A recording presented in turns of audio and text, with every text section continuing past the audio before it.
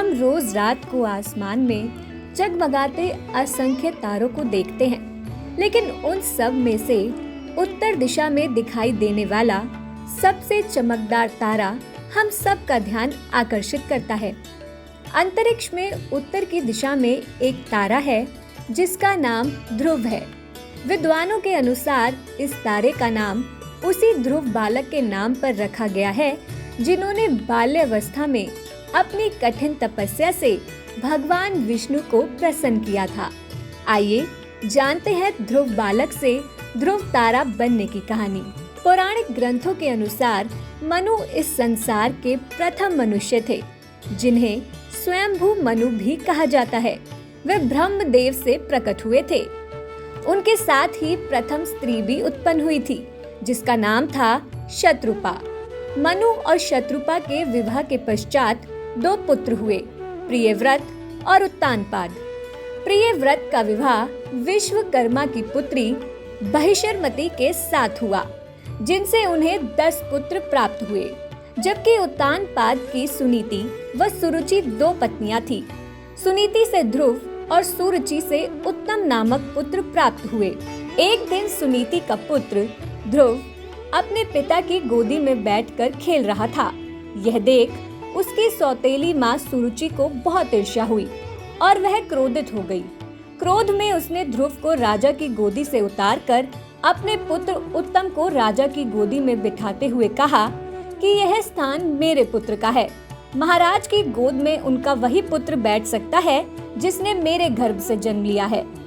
सुरुचि की बातें सुनकर ध्रुव रोता हुआ अपनी माँ के पास चला गया और उन्हें सारी बात बताई। तब ध्रुव की माता सुनीति ने कहा कि तुम्हारी सौतेली माँ के कारण तुम्हारे पिता हमसे दूर हो गए हैं। बेटा, यदि अगर गोद में ही बैठना है तो परम पिता परमात्मा की गोद में बैठो, वे सबके पिता हैं। और ध्रुव को भगवान विष्णु के बारे में बताया। 5 साल के बालक के मन पर दोनों ही माताओं के व्यवहार का बहुत गहरा असर हुआ और वह एक दिन घर छोड़कर चला गया। रास्ते में उसे नारद जी मिले। नारद मुनि ने उससे कहा, बेटा तुम घर जाओ, तुम्हारे माता पिता चिंता करते होंगे। लेकिन ध्रुव नहीं माना और कहा कि मैं नारायण की भक्ति करने जा रहा हूँ। तब नारद मुनि ने उसे ओम नमो भगवते वासुदेवाय मंत्र की दीक्षा दी। वह बालक यमुना नदी के तट पर मधुवन में इस मंत्र का जाप करने लगा।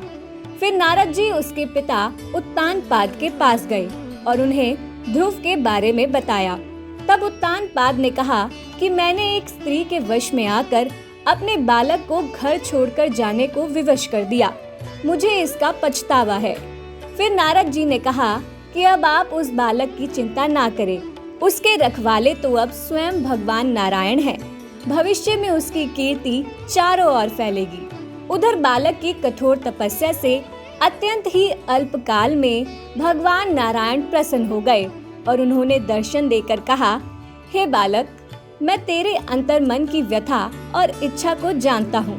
तेरी सभी इच्छा पूर्ण होगी और मैं तुझे वह लोक प्रदान करता हूँ जिसके चारों ओर ज्योति चक्र घूमता रहता है और सूर्य आदि सभी ग्रह, सप्तऋषि, नक्षत्र जिसके चक्कर लगाते हैं।